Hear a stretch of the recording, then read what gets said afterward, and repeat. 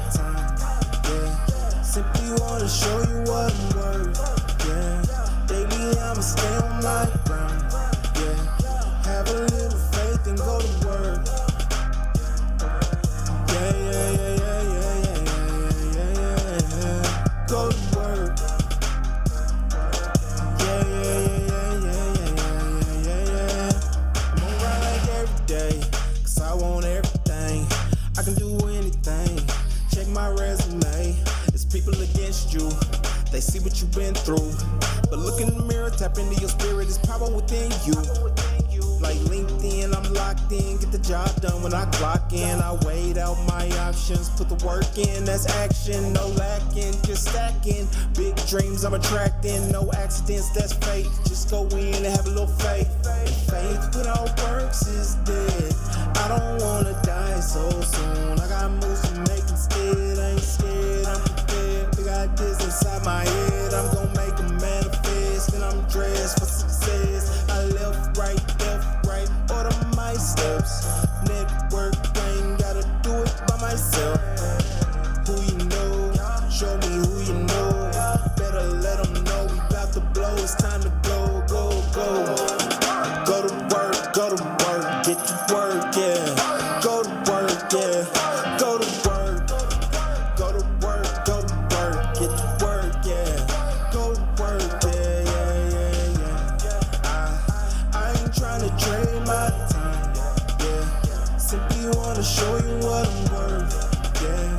Daily I'ma stay on my grind, yeah. Have a little faith and go to work. Go to work. Yeah, yeah, yeah, yeah, yeah, yeah, yeah, yeah. Go to work, go to work. Yeah, yeah, yeah, yeah, yeah, yeah, yeah. Okay, now go nuts, go nuts, go nuts, go nuts, go nuts, go nuts, donuts, donuts, donuts, donuts, go nuts, donuts, donuts, donuts, donuts, donuts.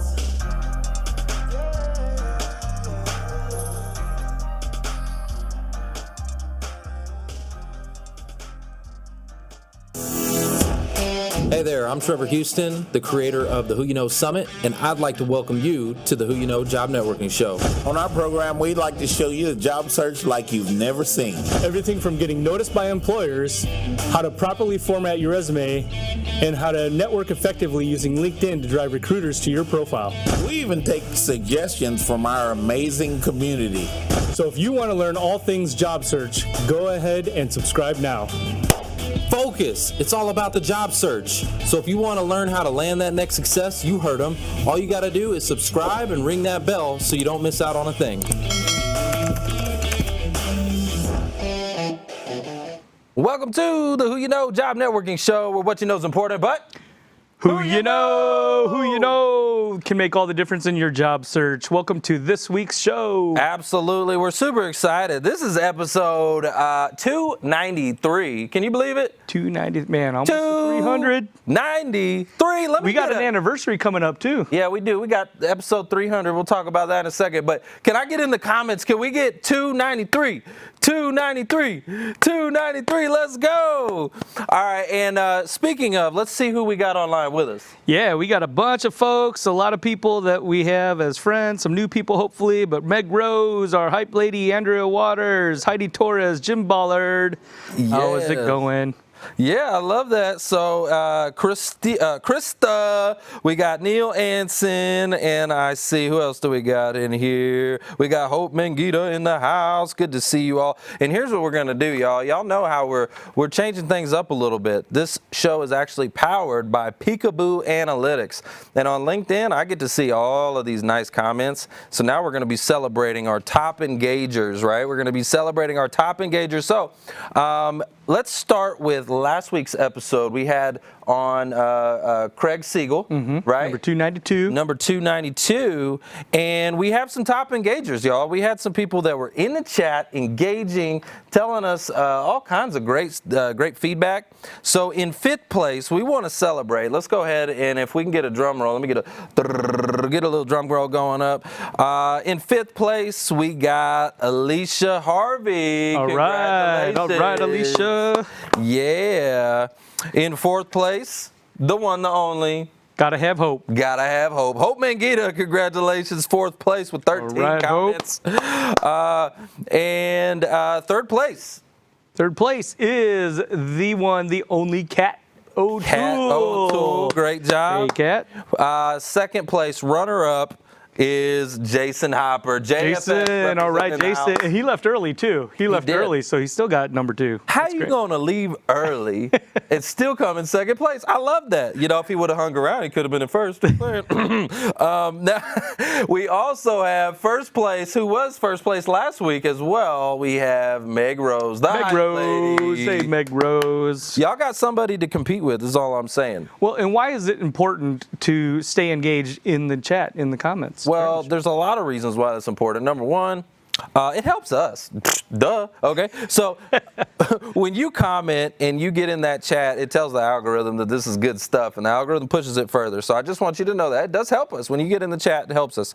Number 2, it helps you to build your network. So when you're connecting and you're having conversations with these folks that are in the chat, and you're building a conversation, it's going to help you as well. We also have a whole bunch of people like recruiters and hiring managers and coaches who are there to support you. And so it's a way to build relationship. That's Foster's keyword, which shout out to Foster. He's not here with us today, but I'm sure he's in the chat with us as well. So I would like, if it's your first time, I want to hear from you, okay? If it's your first time, put hashtag first time in the comments. I want to recognize last week's first time, all right? The people who, it was their very, very first show. I want to recognize you. So Alicia Harvey, thank you so much for being with us last week. We appreciate you. Pam Siggett, Cynthia Pete, Kyle Adet, and Kathy Teeple, they were all here for the first time. If it's your first time, we want to recognize you as well. Just put hashtag first time. If you're hiring, we want to hear from you. We had a whole bunch of people that were in the hiring capacity with us last week. We had Mitch Jacobs, Alicia Harvey, Erica Krishner, Meg Rose, Jamie Villanueva, who's a alum, Jamie, and Heidi Torres. So let us know if you're hiring. Just put hashtag hiring. And if you're searching, what do we want them to do? Hashtag jobs. No, tell us what you're searching for. Tell us what you're searching for. You got to be a little bit more specific than hashtag jobs. No, I want to know what you're searching for. Hashtag project management, QA, accounting and finance. What is it that you do? Tell us. And the reason is because of those recruiters that are in the show. If they see somebody with a specific skill that they're looking for, they're likely going to reach out to you, and you should be reaching out to them. 100%. We've had people land a job in the comments section, so it does happen. So, guys, we always like to bless the show with a prayer for our audience. So, quick shout out again. I see Jason Hopper, Meg Rose, Andrea Waters, Lena Stoots Boots. The Stoots Boots. All right. If you guys can bow your head with me real quick. Dear Lord, thank you for this amazing day. I pray that you use this show as your vessel. Use us as your vessel to speak life into these folks who may be going through a hard time. Shine light on their situation and help them to identify opportunities, open the doors that only you can open. Be the master connector that we know you are. The divine connection is what we speak through this show, Lord. In Jesus' name I pray, amen. Amen. And speaking of being thankful, as always, we want to give some shout outs to those that have found their next successful position. Yeah, cash flow. Get your cash flow money guns ready if you got them. Let's go. All right, who we got landed? We got Julia Boardman. Let's Julia, go, congratulations. Julia. Congrats. Jeff Istock. Hey, congrats, Jeff. Woo, let's go. Adrian Gutierrez. Yes, Adrian. Greg Wolfkill. Congratulations, Greg. Jennifer Franklin. Yes. Julie Hoagland. Martinez. Hopefully I get this right. Tovas. Yeah. Hopefully that's right. Gregory Floyd, Daniel Van Orden, John Rigodanzo, and Robin Roselle Braun. Last but not least, Dan Emery. Hey, congratulations to you all. Let's go. You are back to your cash flow. Don't forget to pay it forward to those that are coming through the Career Transition Network behind you, right? Absolutely. So the way you can pay it forward is by building a relationship with the decision makers inside that new company. All right. When you go back to work for Toyota or Coca-Cola or whatever company you're going to, right? Like, don't forget where you came from. Don't forget that there's a whole bunch of people back over here trying to get a job. So go build a relationship with the recruiter, the hiring manager, the decision makers. Go connect with those folks. And maybe take them out to coffee, start to build a relationship and say, hey, I got a group over here called Who You Know, and these people are great and they're trying to get people back to work. Maybe you invite them on the show.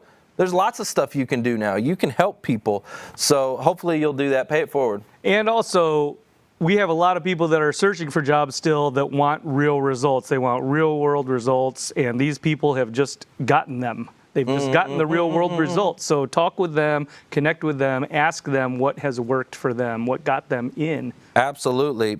Success leaves clues. All right. So go figure out what they did to help them get back to work and get back to their cash flow. Now, tip of the week I got for you real quick is it's all about visualization. Okay. How are you going to know, like, where you're trying to go if you don't know where you're trying to go? Like, how are you going to get there if you don't know what your target is, right? You got to have a target. You have to visualize, right? A lot of job seekers are out there. I feel like they're shooting blindfolded, right? You don't even know what your target is. Okay, so get a target. And what do I mean by that? I'm going to give you a real world example for us. Recently, I sat down and I started thinking about our show, and I'm like, man, we're coming up on our 4-year anniversary, and we've had some just amazing people on this show, what I call world changers, some people who are doing big things. And I started thinking about, like, what's the future of this show look like? What are we going to do going forward? Who are we going to start, bringing on here? And so I pulled out, and I was like, you know what? Let me do the top 30 list.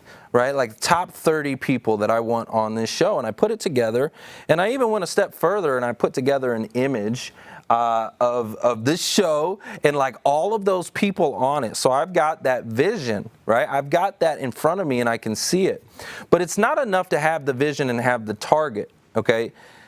You also need to start speaking it out loud. You need to start telling people what you want, right? So I'll give you an example. You could take that same real world example that I did of putting an image together with all the rock stars. Like I had, Leonardo DiCaprio and Will Smith and Kevin Hart. I had, people that are doing big things on this image, right?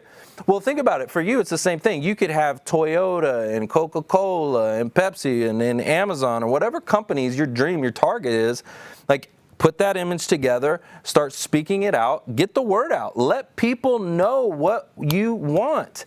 And say, hey, listen, this is my target. This is the top 10 company list that I would love to work for. So if you know anybody at these companies, right? And I promise you, your focus becomes your reality. You start speaking that out, it will start coming to you. Somebody will say, hey, you know what? I know somebody at Coca-Cola. I know somebody at Toyota. I can connect you with so-and-so. Mm-hmm. What did you say earlier this morning? You said you can't get fed with your mouth closed or something? Yeah. A closed mouth, right, does not get fed, right? Open your mouth. Ask. It's all about asking. But first you have to have the target, okay? You have to have the target. So go sit down, identify your top 10 hit list. You're like this is my wish list, my hit list, the top 10 companies I want to work for, okay? Then take those logos, put together a little image, a little graphic, okay? You can do this on Canva, you can do this on lots of different tools, but just go put it on a piece of content and then get the word out to the universe and say, hey, listen, this is my top 10. Right? If you know anybody, let's connect. I would love an introduction into these companies, and I promise you, you'll start to see good results. So that's my tip of the week. Guys, we got to go to a real quick commercial break, but don't go anywhere. When we come back, I promise you some mic drops. We got JB Owen in the house. Let's rock, let's roll, let's go.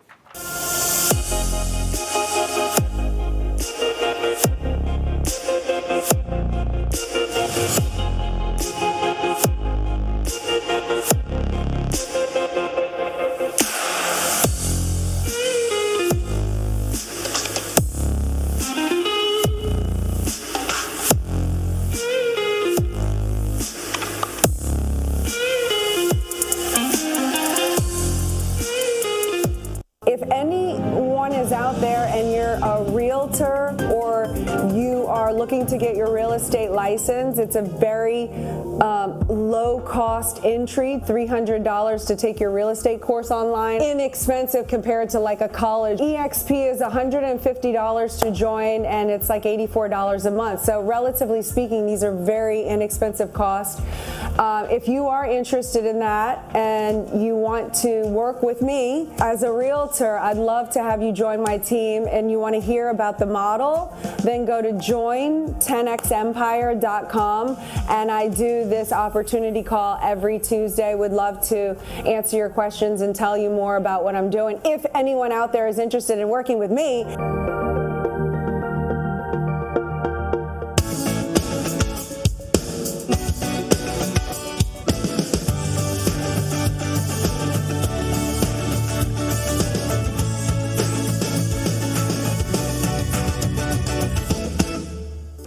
I'm Bruce Allen. For the past 2 years, I've served as Vice President of Product Management, building and leading a team of 8 product managers responsible for 5 companies acquired by private equity. I started as a developer, and now I lead digital transformation and modernization for companies who need an experienced leader to pull together the business, financial, and technological functions to achieve business results with their software. I contribute to the overall strategy of a company, and I've delivered multiple projects that were previously deemed impossible. My ideal target company has a big ambition and the will and the wherewithal to follow through to the end. I speak fluent English and geek, and I have extensive experience before audiences. Thank you.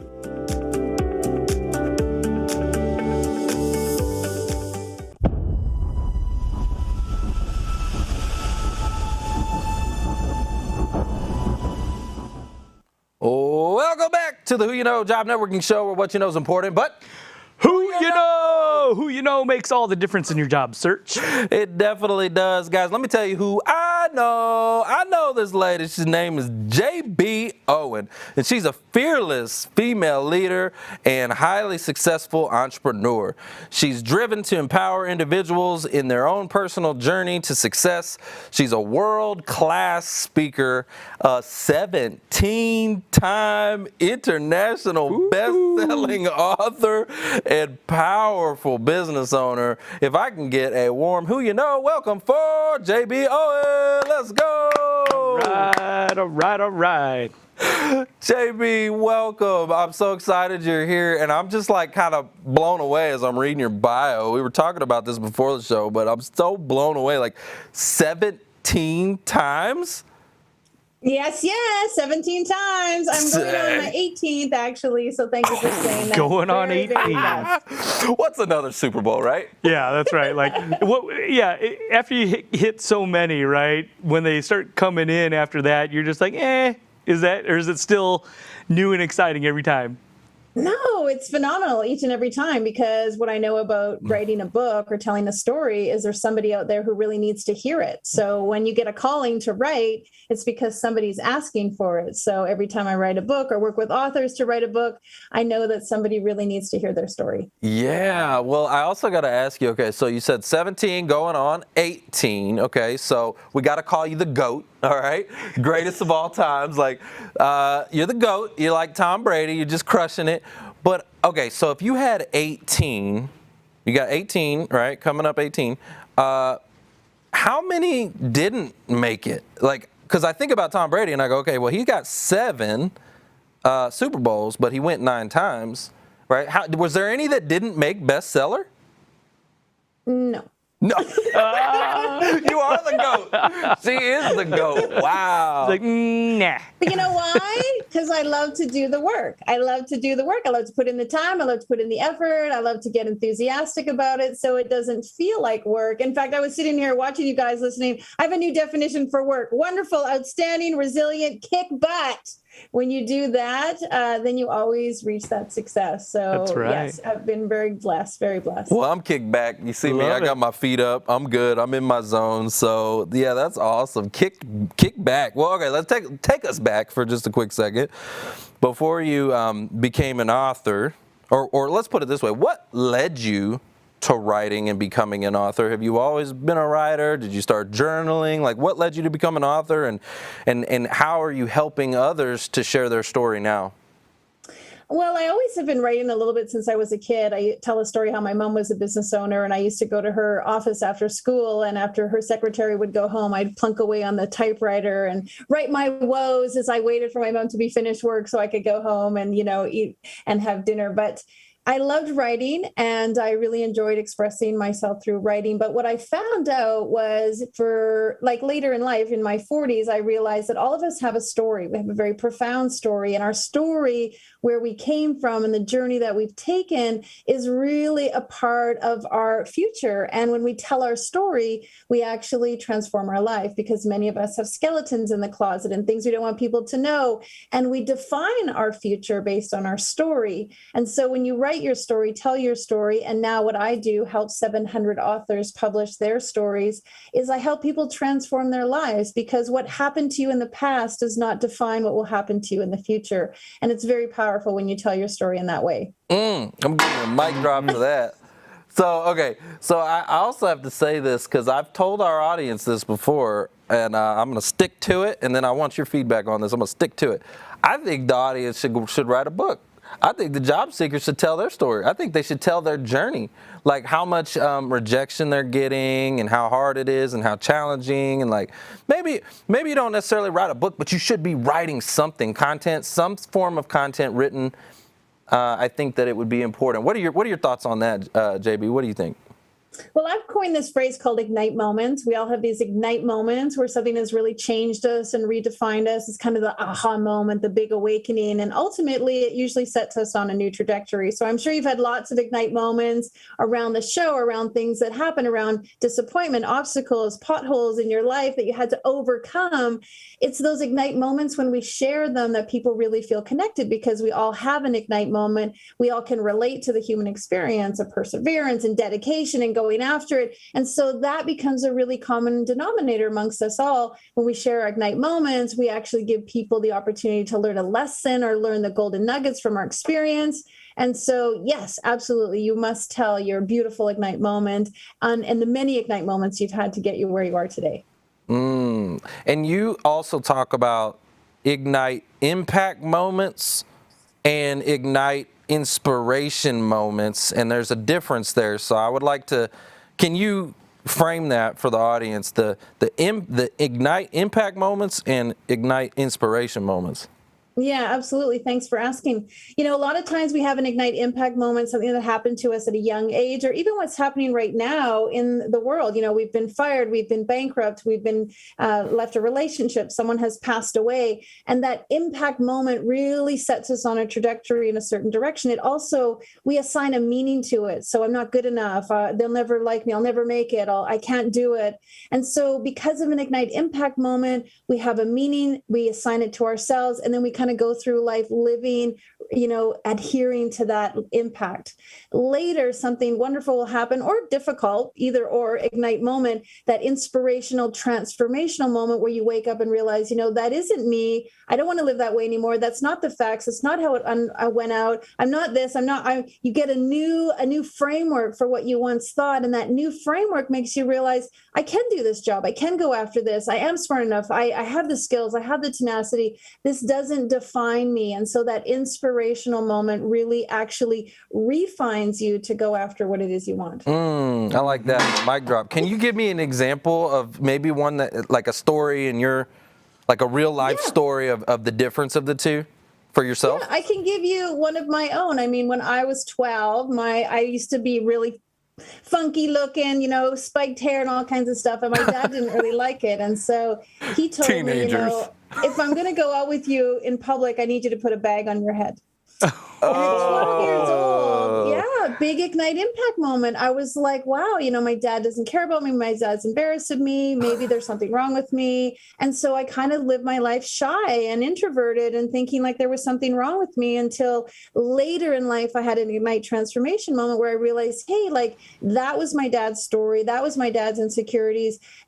He didn't really mean it to hurt me. He meant it, as a joke. And so this huge transformation came where rip that bag off my head. This is who I am. Show up being me. Be proud of who I am. And that allowed me to step into the greater version of me, which ultimately who God wants me to be, not be impacted by somebody else's story. Mm-hmm. Yeah, that's hey, look, boom right there. You ain't gonna get 18 bestsellers with a bag over your head. I promise you that. She had to take the bag off, okay? That's awesome. So now 700 authors, right? I mean, you've got a lot of people that are probably trying to get books, picked up and authors that want to work with you and the company. So how do you, what's the process behind that? How do you get people in, and what's your evaluation criteria? Like, what are some of the things that they have to do or be able to meet in order to get picked up by Ignite? Well, may I just say I'm so blessed because Forbes did an article on me 2 weeks ago calling me the Heart Center publisher. And I really take that to heart because Forbes magazine, they're factual and, technical and, it's all about business. And they called me the Heart Center publisher because the truth of the matter is I look for authors who are telling stories, not for themselves anymore, but for the reader. Because a lot of times people have a story, they have some background. I want to tell my story because I want everyone to know that he cheated on me. Or I'm going to tell my story because I want to know how, bad and hard and done by I was.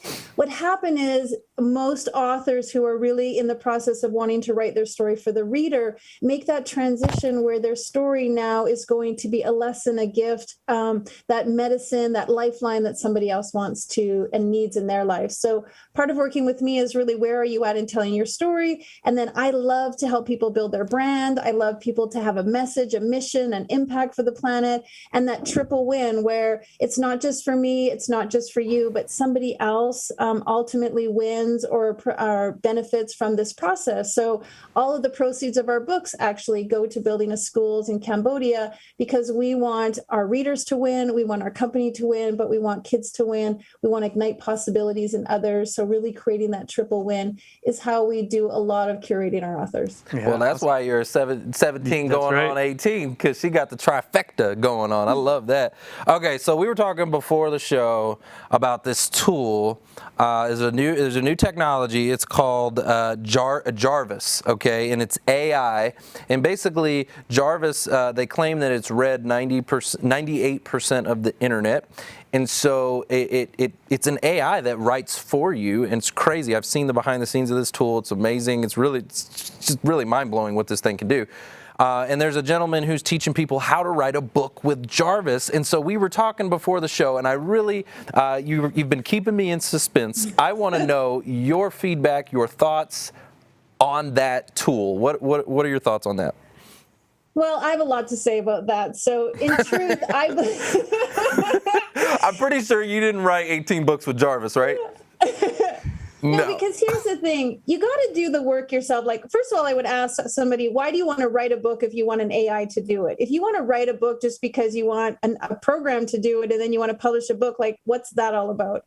My belief is you want to write a book because you want to tell your story, because you want to share your message and you want to make impact with people. So I don't believe a computer can do that. I'm not really a big proponent of ghostwriting also because you need to go through the process. You need to uncover the story. You need to decide what the philosophy is, what the intention is, what the message is. And so to have an AI do that, I feel like that's not really going to cut it, because it's just like you said, Tom Brady didn't win the Super Bowl by having an AI like phone it in. So you're not going to be There you go. There You you got to go. do the work yourself. Do And the here's work. the beautiful thing. When you go through the ups and downs of telling your story, when you go through the trials and tribulations of uncovering it, when you look at all the different pieces and the facets of you and what makes you so magnificent, and then you gift that to somebody else through your writing, it's a glorious, amazing, incredible feeling that you and you alone deserve to have. Don't give it away to some kind of computer program. I like that. Let's put an amen on that one. Yeah, Tom Brady doesn't have somebody else doing his work. Yeah, his yeah. workouts for him. Yeah. I guess that makes sense. The Bible wasn't written by a computer, right? So Yeah. Well, let's talk about you like to help people get their stories out. You like to people to help them start speaking, and this also can help people get on stages and open doors and opportunities and all kinds of things come through from being an author. Why do you think telling your story and public speaking, for that matter, is the number one fear in the world? Why do you think people are so afraid to get it out there? Well, I think it has a lot to do with judgment. Obviously, we assume people are going to judge us. And one of the powerful things about telling your story is you unveil the secret or the skeleton in the closet or the thing you've been most afraid of. And what you realize is you can use it for your superpower. One of my last books, our author was incarcerated. Now he's a very prominent business person in his city. He was afraid of letting people know that he was incarcerated until he embraced it, told his story, published it.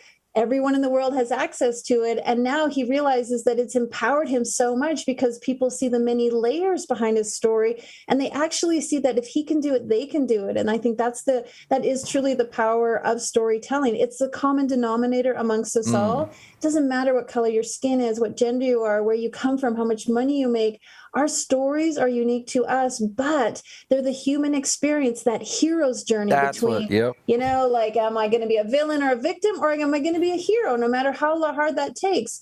And so I think that makes people understand you, connect to you, know you on a new level. And then they want to do business with you because they know you in a different way. And of course, they want to hear you speak. They want to see what you're up to. They want to connect with you and follow you because you're authentic and real, and you're not hiding from your story, and that makes good business. Yeah, I was going to say, so the hero's journey, I actually had a couple questions for you around that framework of the hero's journey. So essentially, I think, who was it? I think it was Heather Monahan that said this. We had her on the show, and she said, if you want to own your shame, you have to shine light on it. Yeah. Right? If you want to own it, you got to shine light on it. And so that's part of the hero's journey. Is, what are you going through? What are those challenges? And then how did you overcome and get to the other end of it? And a lot of times you'll see in people's story, there's some things that they may not be proud of. There's some shame in there. Like I've got some things that I did when I was a teenager. Like I went to jail. I got in trouble. I was in juvie. I did a lot of stupid stuff. I was a crazy teenager. And there's some shame in there. But I'm getting to a point now in my journey where I'm shining light on it.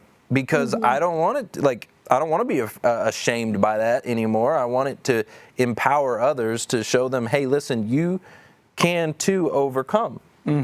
Well, and JB, a lot of people, right? They go through a transformation, and so and once they reach that point, then they're able to share their story, maybe overcome the fear of being able to share that story. That's a great point. But also, once they're through that transformation, I think in my question to you is, when they write the book, it gets published, it gets out there, how much more are they transformed, right? Going through that process. Yeah, so much. And, we're labeled as a publishing house, but in all honesty, we really are a transformational haven because we give authors the space and the kindness and the grace and the compassion to tell their story. And we have had so many authors who have broken down in the writing process, who have come to tears, and at the same time, beautifully healed, because we've had authors who have, published that they were sexually assaulted or abused, or cheated on or attempted suicide. And then they publish it and they share it. Their family members didn't even know, their spouses didn't even know, but they are so empowered by the ability to now use what happened to them as something that they can now use as a platform to help others, to support others, to encourage others. And so, yes, they go through such a transformation while writing. And that's what makes, I feel, us special, is because we walk you through it, we handhold you, we support you, we want you to succeed. You know, it isn't transactional for us, it's transformational for us.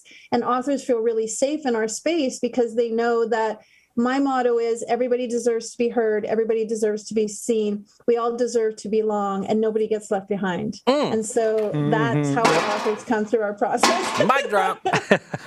So I love that, and you've got a lot of things going on. You're crushing it. Like I see you also have a partnership and a new book partnered with Les Brown. It's called Ignite the Hunger. Ignite the Hunger in You. I just love that, with Les Brown. Talk to us about that partnership, and maybe what is your greatest lesson working with a legend like Les Brown? Yeah, great question. I mean, that partnership has been wonderful. And the thing is, many people, including myself, had an ignite moment around Les Brown. You introduced me with a fantastic CV, but I'll tell you, it wasn't that long ago. JB was a single mom, 2 kids, coming out of an abusive relationship and standing at the grocery store, panicking, trying to calculate the food going across the conveyor belt, not knowing if I had enough money to pay the bill. So I was in those moments. We all have been in those moments where life is really difficult. Life has set us some challenges. And in one of those days where I thought it was the darkest day of my life, I heard Les Brown on a YouTube video say, if you fall down, fall on your back so you can look up and you can get up. And that just kept me going for 2 years, just picking myself up, getting myself going. Fast forward now, years later, here I am in a mentoring call with Les Brown, pitching to him the idea of doing a book together. And when he actually was so phenomenal, he said, oh, I want you guys to hear this video I did. He played that exact video I heard years and years ago that I thought was the darkest day of my life. And I almost started to cry when he played the video. But then I thought, what are you crying about? Like, here you are working with Les Brown, publishing. Your life is totally transformed. He's one of your business partners. And I realized that, again, an Ignite Impact moment. I had assigned a meaning that was the darkest day of my life. And I heard Les Brown's voice. And now here I am doing business with him and igniting other people's lives. Looking back, that was the greatest day. That was an awakening day. That was an enlightened day. That was an angel shining down on me day. That was the first day of greatness stepping forward. And so when you can assign new meaning, that is not the darkest day of my life anymore. That's the day that I decided that I was going to step up and be me, be the best version of me. And now here I am. So that propelled and perpetuated this great book, because I know so many other people on the planet have had an Ignite moment around Les Brown. That's awesome. Yeah. You were born that day. That's what right. happened. Yeah, reborn. Right. Yeah, that's super cool. Well, we've had a ton of mic drop moments, and what we'd like to do is now go to the audience and see who's checking in, because we got some cool stuff to give away. We got all kinds of giveaways for you. And actually, if we can pull up, I don't know if we can pull up the screen, but if we can pull up the screen, you have a mentorship program. You want to briefly talk about your mentorship program and what they'll get if for the winner? Yeah, absolutely. So I took a big leap and got a coach that was really super expensive and a big reach for me. And one of the things he had me do was text him every single day. If I didn't text him, he'd charge me $1,000. So you want to know what I was doing? I was texting him my homework every day. Right. But what I learned from that was this great habit and this great cadence, and we're all on our phone, and it was a great interaction. And so what I decided to do was, I believe in possibilities. Anything and everything is possible. And so my mentorship program is every single day I text you, because your phone is in your hand. I text you inspiration, a video, a voice message from me, a photo, something that's going to remind you that absolutely everything you desire is possible. And what you want wants you. You just need to have a little bit of inspiration and a coach behind you, like JB, to mentor you on possibilities. So if you would go to mentorwithjb.com, I'm giving it to all your listeners and viewers for free.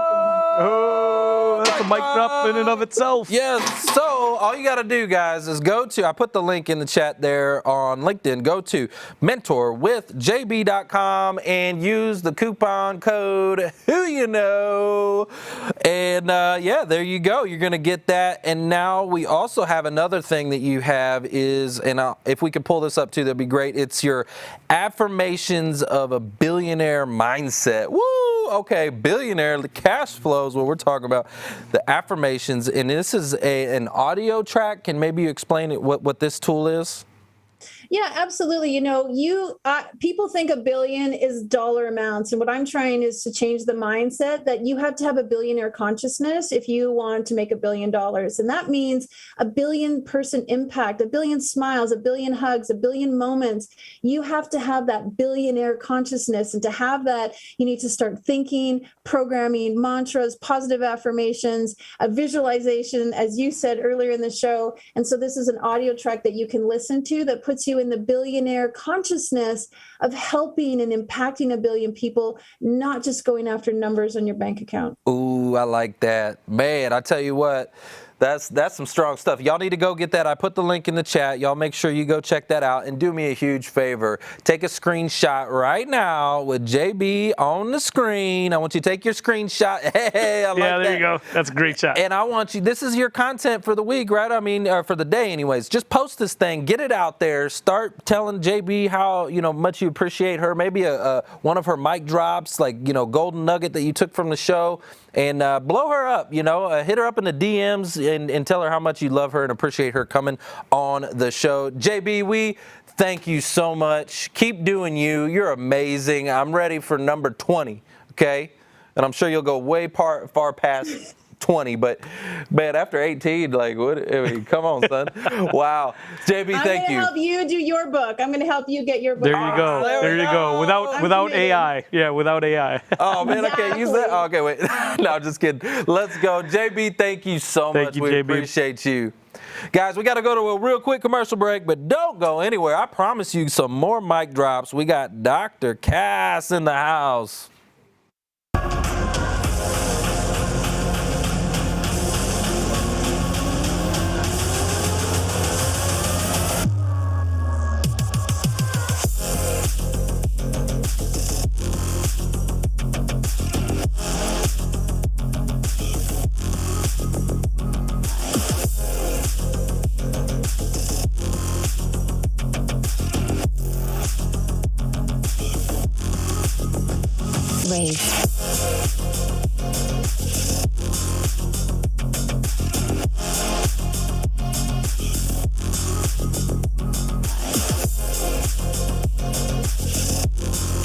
Hey guys, come work for the most innovative company in the world, 10X Incubator. We're launching 10,000, listen to me, 10,000 tech companies in 10 years. If you're a coder, what? We got programmer, coders, we got graphic designers, we got copywriters, digital marketers, biz dev. you name it. You If got you skill. like tech, love tech, hungry. want to be in tech, okay? We don't actually require that you get the jab here either. Just so you know, if you want it, good. If you don't want it, no problem. We are hiring. We want you. If you're good at your job, if you're disciplined, if you want to be paid well, if you want to be taken care of, if you want to be in a 10X environment, click the link below. Give us your resume and a short video, 30-second video. Just tell us who you are. Tell us what you do. We want you. We want you. Let's go. We want you.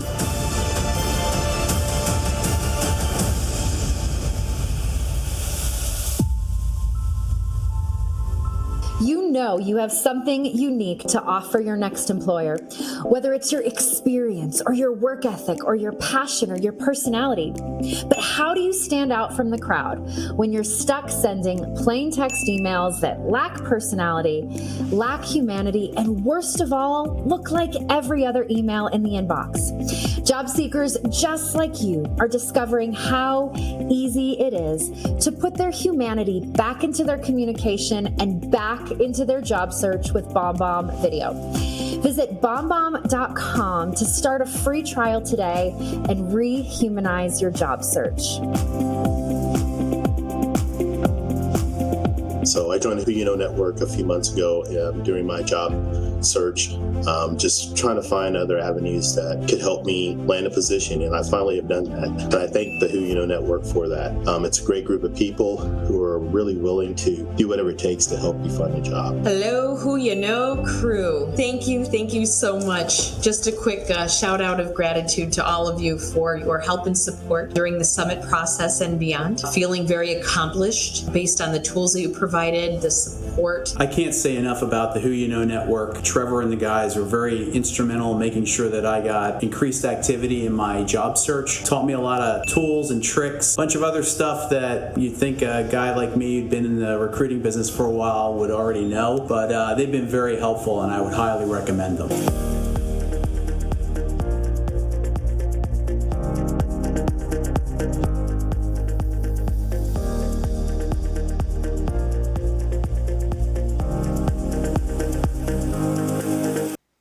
Welcome back to the Who You Know Job Networking Show, where what you know is important, but Who you know? Who you know? Who y'all know can make the difference in your job search. It definitely can, and let me tell you who I know. I know Dr. Kasthuri Henry, and she's driven by passion to develop viable public-private sector partnership through education, collaboration, and engaging communication. I like how that rhymed, by the way. I like that.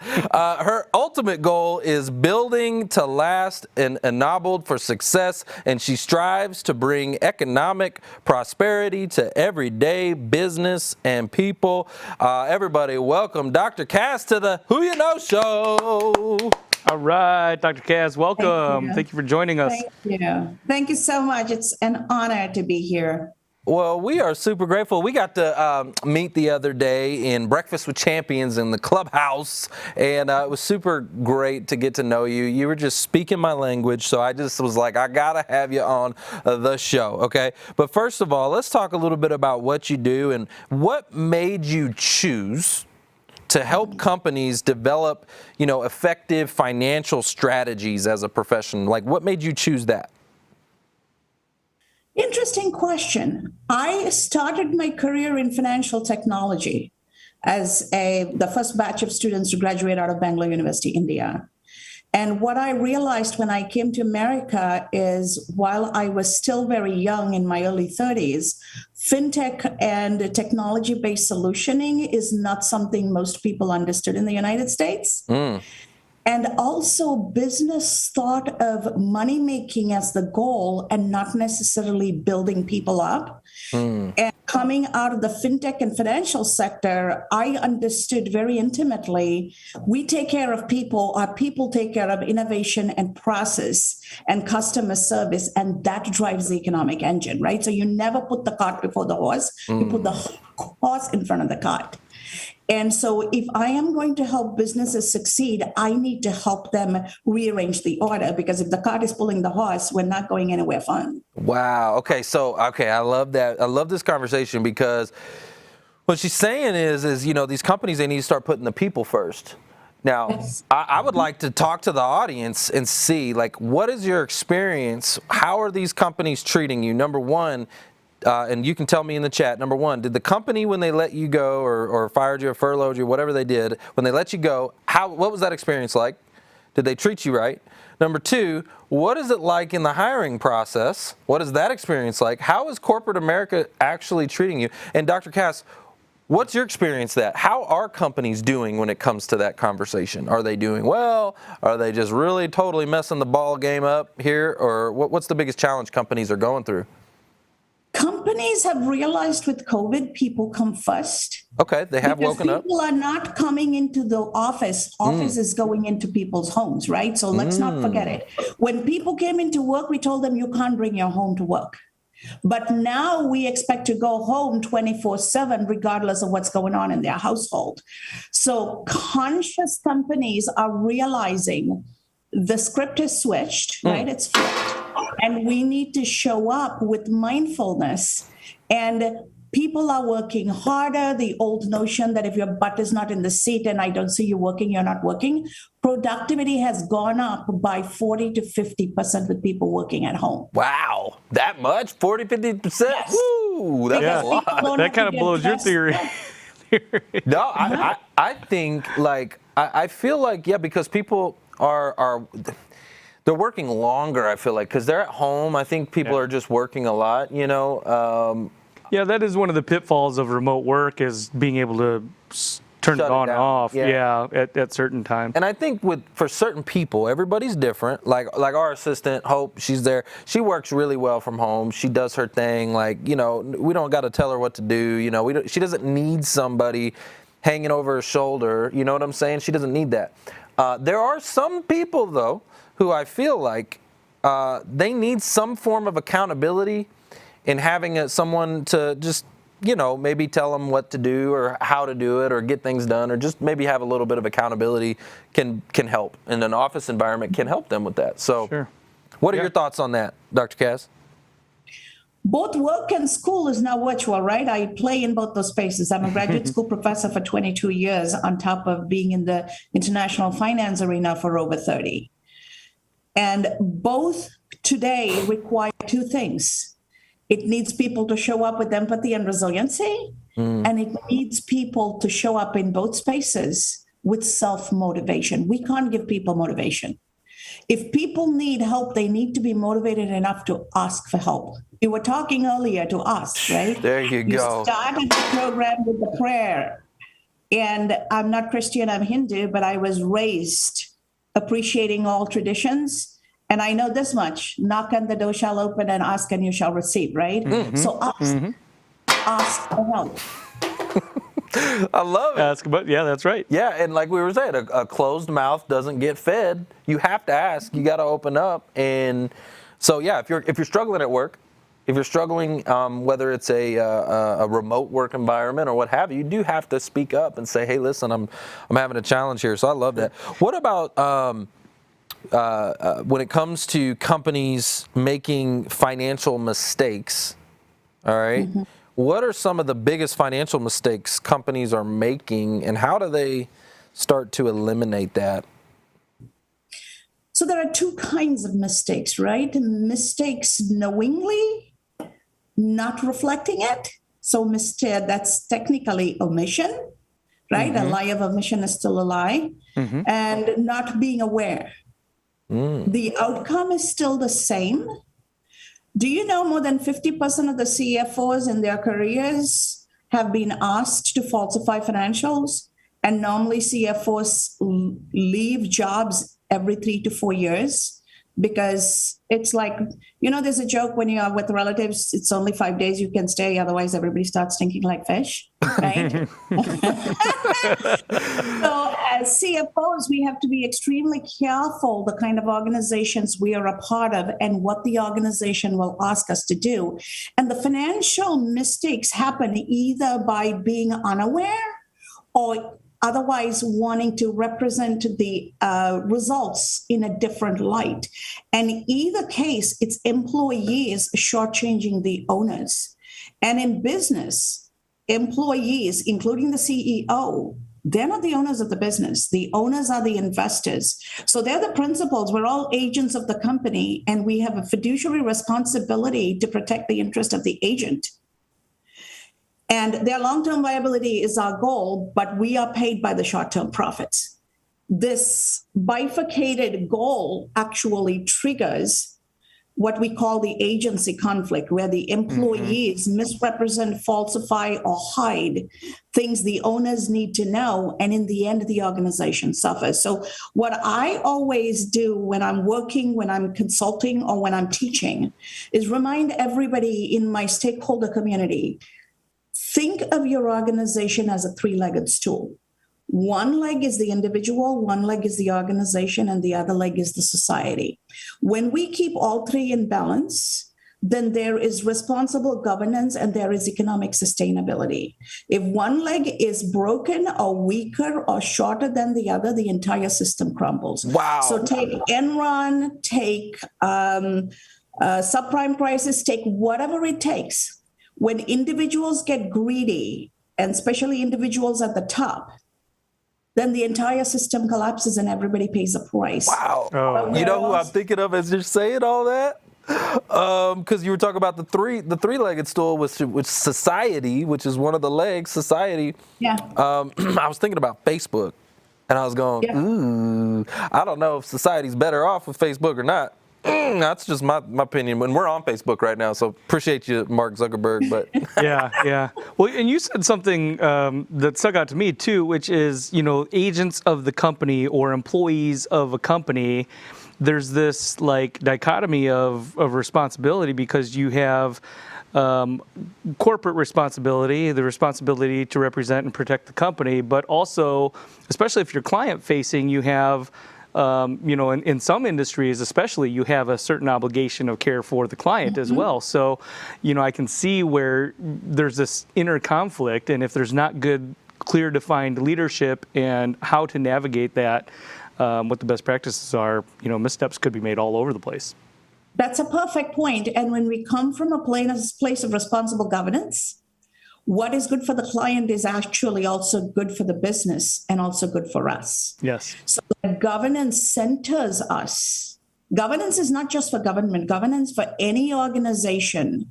Because let's not forget, we are an employee, right? And the things we do as employees can come back to haunt us as potential consumers, as potential citizens of the world. If I am allowing my company to pollute the environment and my kid gets cancer, I don't get to cry.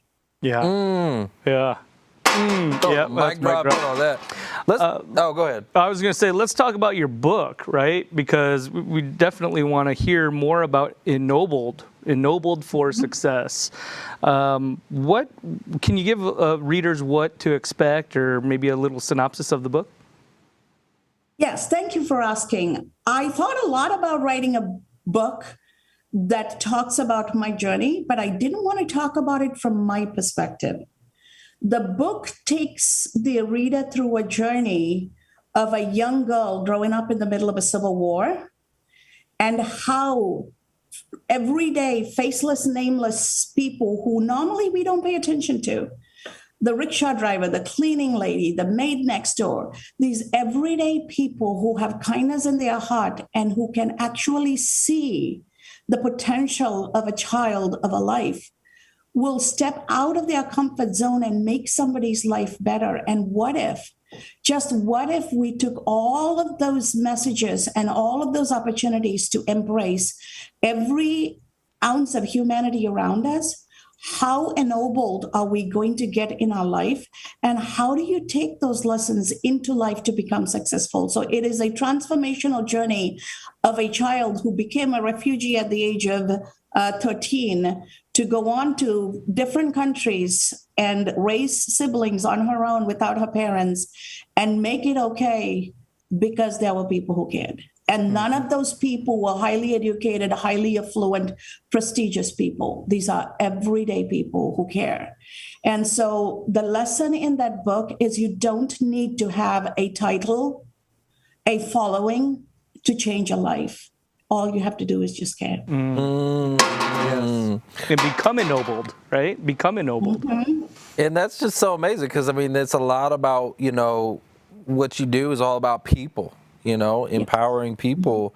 All right. Can you tell me a little bit about your opinion on the Great Resignation? All right. We were talking about this in Clubhouse, and I'd love for you to share with our audience here your opinion on the Great Resignation, what's actually happening, and what can a job seeker do to stand out in this environment?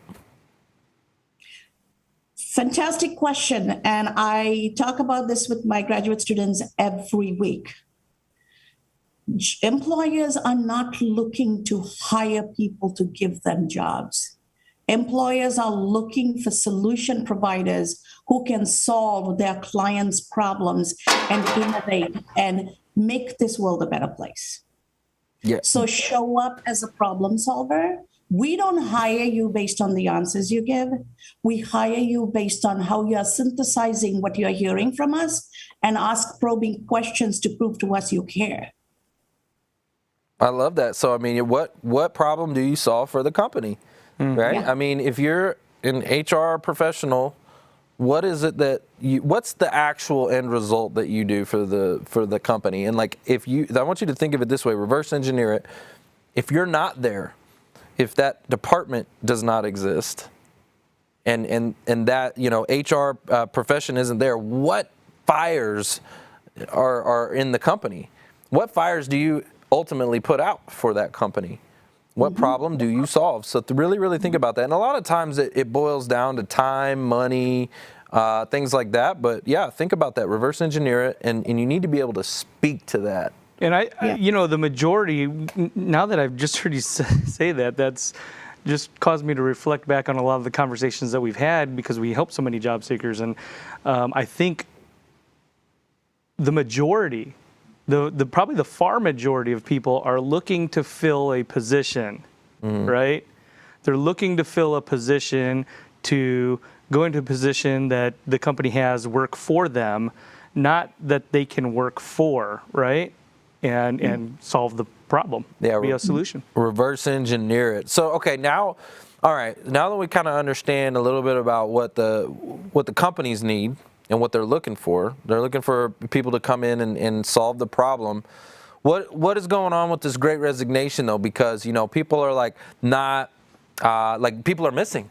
Like, these companies are saying, we can't find anybody. Of course, I got a big old audience right here ready to go back to work, so I think they're lying. But these companies are saying, I can't find anybody. Where is everybody? Well, and before you answer, Dr. Kaz, I just read today, because there was an article on the Great Resignation, and they have found that over 70% of the people that have left their job as part of that Great Resignation are 55 and older. Oh, And most of them are women. Oh, let's talk about that. Think about it. In COVID, women, we are also caregivers. We have to homeschool kids. I always joke when men say, when you go home and when you're free, give me a call. And I ask them, is your wife or your mother ever free? When we go home, we have to cut vegetables. We have to do laundry. We have to take care of the kids. So no, tell me a time and I'll make sure that I'm cutting vegetables while I'm talking to you so that I can multitask. Right? Yeah, it's so true.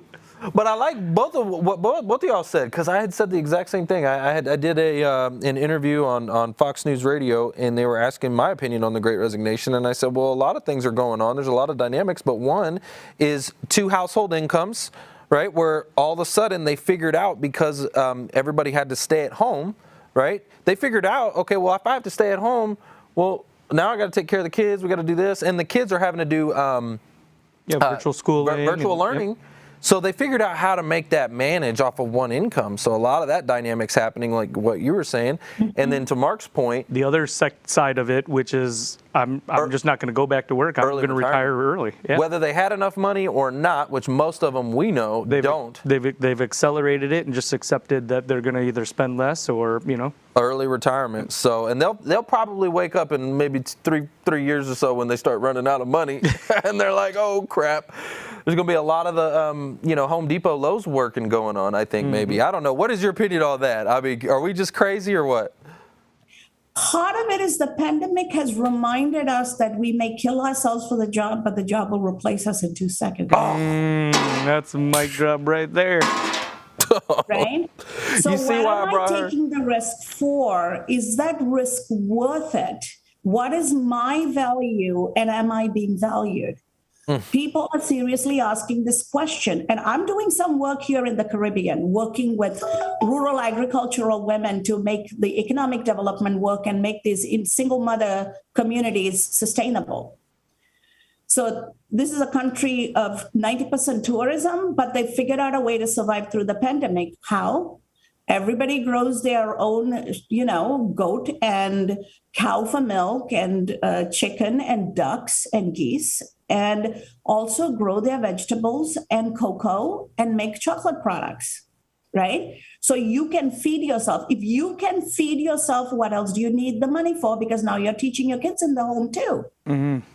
Feed yourself. That's what I'm hearing. So I'm going to give you a mic drop for that, because a lot of you, I mean, maybe you're not going to go out and get a goat or whatever, what you were talking about. Maybe you're not going to do that, but feed yourself. What I'm hearing is, can you have a side hustle, have something that can generate a little cash flow, right? Maybe you're not like literally going to go like have a cow in your backyard, but can you feed yourself in another way? Can you have a side hustle where that it can never, ever, ever be taken from you?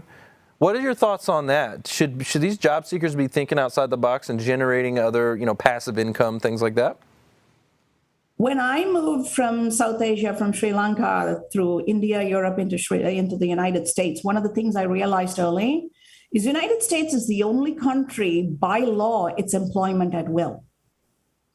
So an American company acquiring a foreign company, they can't fire the foreigners for overlapping jobs because those countries protect their employees. We don't protect our workers, right? So when companies go through mergers and acquisitions, they downsize in the United States because US is the only country that doesn't protect its people. We can't blame anybody. It is our public policy choice. We all went and voted to have this done to us, which is why I say we forget that as an employee, what I do as a citizen comes back to haunt me. As an employee, what I do comes back to haunt me as a consumer. What I do as an employee in accounting and stuff comes back to haunt me as an investor. I am all those people. I am not compromising for somebody else's success. I am compromising for my multifaceted viability. Wow. People don't realize that. Yeah, this is such a deep conversation, and I didn't realize that about America, and it's so true. Like they get into a financial situation, and a lot of these companies stock-owned companies, and so whenever things are rough, they'll cut the top. They do that all the time. They make all these cuts at the top, the senior level executives, and balance out the P&L. Right? We gave them the loaded gun. This is a democracy. We, as the people, gave them the public policy and said, "Shoot us whenever you feel like it." Wow. Well, hey, you know what? I will say for these job seekers out there, we're in an environment where things are changing, which it's kind of crazy. We've been doing this for 4 years, and people have been asking for change. The job seekers have been asking for change. Well, guess what? Change is happening, and it's happening right before your very eyes. A lot of things are changing, and 5 years from now, the conversations we're having today are going to look completely different. And so I think you're in the driver's seat. That's my opinion. I feel like you have a lot more control and a lot more power than you did just 2 years ago. And, so, hey, I think it's a good thing. Yes. And don't think that you have to look for a job only in the United States. We live in an age of work from anywhere. Hello. You can literally apply for work anywhere. Hello, because they're doing it. Think about it. The people from other countries are taking, coming in and having the jobs here. So, working remote. Yep. It's going both ways. So, that's 100%. And here is another nugget people don't think about. Britain just exited EU. So the privileged English-speaking coveted position the United Kingdom occupied is no longer there. Americans who are English-only speakers can easily go in and get those English-speaking remote jobs in the EU. Oh, now that. Hold on. Do we got more mics? We ran out of mics. Throw the ball in. Just throw the ball in. Hold on. We ran out of mics. I'm going to give you another one on that. Dr. Cass, I swear I could speak to you all day. I'm telling you, we were in Clubhouse and we were just jamming it up, and she started, speaking my language with all this stuff. It was awesome. So I was like, I got to bring her on this show. We were super, super, super appreciative. You also have a mastermind. And I'm gonna pull this up in here. If we can pull this up, that'd be amazing. You have a mastermind. Can you tell us about that? I am launching a mastermind with the sole intent of helping both emerging leaders and experienced leaders find the supportive way to finding their economic prosperity. We cannot depend on one job. We cannot depend on one employer. It's going to take all of us to get there. And the mastermind is going to help us fully round out understanding of ourselves. We talk about building relationships in the job seeking process. How many of us take a step back and realize the most important relationship each of us are going to have in this life with ourselves? If we don't have a relationship with us, we cannot build a relationship with somebody else. Okay? Yeah. Some of our audience definitely needs to hear that. So the mastermind helps you find yourself, take a journey within and find the relationship with yourself leveraging that, finding the relationship with others to build your network. You don't build a network when you want something. You build a network when you want to give something. And when you serve in a community, then when you need, the community will show up to give it to you. You don't have to ask, right? So invest in it before you need it, because when you ask for it without investing, you're asking for a favor and nobody owes you anything, right? Ooh, see, bringing it. Another mic drop right there. Bringing it at the end. Woo, I love that. And then the other two elements we layer in is money. In America, we tell everybody don't talk money, but money is what makes or breaks our life. So we teach you and give you the tools and allow you to start thinking strategically about money. And making extra cash flow doesn't have to be cash. If I can cut hair and my neighbor can teach my kids, we can swap services. Ooh, let's barter here. Let's get that little whoop whoop. Just do like that. I like And then that. the last thing we talk about is process. We need to understand process and process improvement in order to solve client problems for potential employers. So we're going to give you all the tools, and there are going to be experts who are going to be mentoring and leading the mastermind for the emerging leaders. And then the experienced leader mastermind is going to be experienced folks lifting each other up and making connections and giving people opportunities to thrive as well as build their own entrepreneurial endeavors. Before you leave your job, build your own business. That way, when you leave, you have a safety net. Yeah, I specifically know, there's people that leave their jobs without having another job or another plan or anything built, and it causes all sorts of problems. We have gone over a ton, Dr. Kaz, but you are putting your money where your mouth is because we have a giveaway too. Yeah, we also have a giveaway. It's a free business coaching session. So what's a great question that we can ask the audience to give one of these away? What can we do? What's a good question? Let's see here. Dr. Cass, do you have a question you'd like to ask the audience? Maybe something that we've spoke about so far to make sure they're paying attention. Are y'all paying attention in the chat? While we're coming up with a question, I'm going to give some shout outs here. I see Jason Hopper, Hope Mangita, Krista, good to see you. Andrea Waters, Kat O'Toole. Let's see, William McLaughlin, good to see you here. Mike Mediterranean. I've got a question if you need help, Dr. Cass. Oh, I was going to say, why don't you tell us what problem you want to solve for a potential employer? Think of yourself as a consultant when you go for the interview. Don't think of yourself as somebody asking for a job. All right, I like that. What problem do you solve for the company? And then, Mark, what was yours so we can pick a winner? Well, mine was just more general for a winner to pick, and that was she had mentioned she's doing some work where, and she had mentioned a location that she was working from. Where she's working from? That she was doing some work. Right now, currently, or in the future? Yeah. Right now. Currently. Right. All right, where is she working? Where is Dr. Cass working? And what we'll do is we'll pick a winner. And what you're going to do is actually I will DM you her email address so you can email her directly, and that will get you a free business coaching session with Dr. Cass. So she's going to literally give you some time, which we all know time is money. So thank you, Dr. Cass. We appreciate you so much. And while we're waiting on the answer, I don't know if you have it already, but while we're waiting, not yet? Not yet. All right, while we're waiting on the answer, also, guys, if you can do me a big favor, get your screen share ready. Get your snapshot. Take you a snapshot. Take you a little snapshot of this thing and post it all over social media. I want you to blow up Dr. Cass. Tell her how much you appreciate her coming on the Who You Know Job Networking Show and how much she meant to you. Maybe a mic drop here or there. Do we have an answer yet? We still do not have an answer, and I know you had specifically said where, so there it is. We did get an answer. What's your answer? All right, so the answer is the Caribbean. Is that correct? That is correct, and that is Crystal T. Crystal T. Congratulations. I look forward to talking to you, Crystal. Yes, and Crystal, if I'm remembering correctly, hold on, let me go back here. No. Crystal, tell us, is this your first episode? Is this your first time here on the Who You Know show? We'd love to hear that as well. Or if you've been here before, just let us know. But congratulations to you.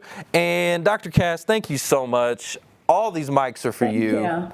You dropped them all. We love you. I appreciate it. Thank you so very much. And if anybody wants to reach out and chat, happy to give them a little bit of my time and coach them. Amazing. Thank you so much. Guys, that's the show. It's all about who you know.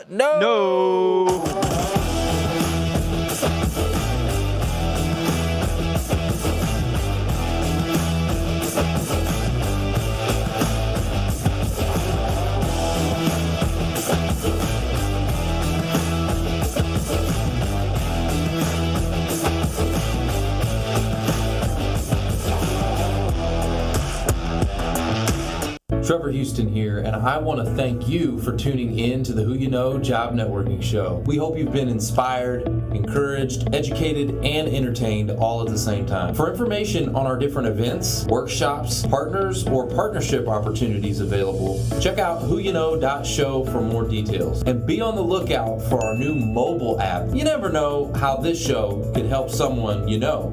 And if we've made an impact or put a smile on your face today, don't forget to hit that share button on your way out. Until next week, it's all about who you know. Bye.